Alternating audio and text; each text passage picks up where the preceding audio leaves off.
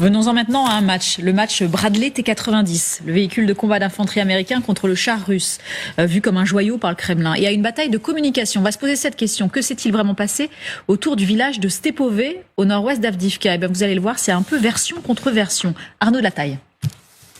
C'est une vidéo largement publiée par Kiev. Un affrontement spectaculaire, un face-à-face entre un char T-90M russe et un Bradley ukrainien. L'un des véhicules les plus modernes de l'armée de Moscou contre un véhicule occidental et la volonté affichée de l'Ukraine de démontrer la supériorité de ses équipements. Pendant près de 10 minutes, le T-90M russe va se faire tirer dessus de manière continue.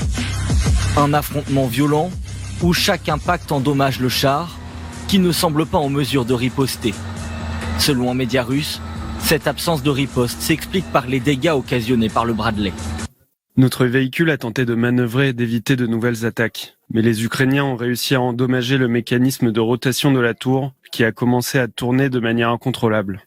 À la fin du combat, le T-90M immobilisé est détruit par un drone comme le montre cette vidéo. On aperçoit également l'équipage qui réussit à s'enfuir. Les Ukrainiens revendiquent une victoire totale et l'anéantissement d'un char présenté comme l'un des plus modernes. De son côté, la Russie reconnaît la perte, mais met en avant la survie de son équipage. Un système de protection fiable a sauvé la vie des soldats, et c'est la chose la plus importante. Ainsi, compte tenu de la situation dans laquelle se trouvaient nos combattants, l'attaque de Bradley doit être considérée comme une défaite. Le Bradley de conception américaine continue d'être déployé sur le front. Plus d'une cinquantaine sont opérationnels au sein des forces ukrainiennes.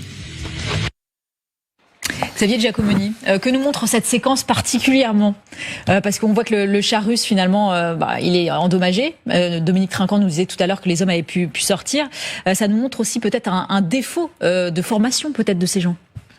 Ça nous montre surtout que le matériel occidental, américain en l'occurrence, peut dans certaines conditions être largement supérieur au matériel soviétique, russe.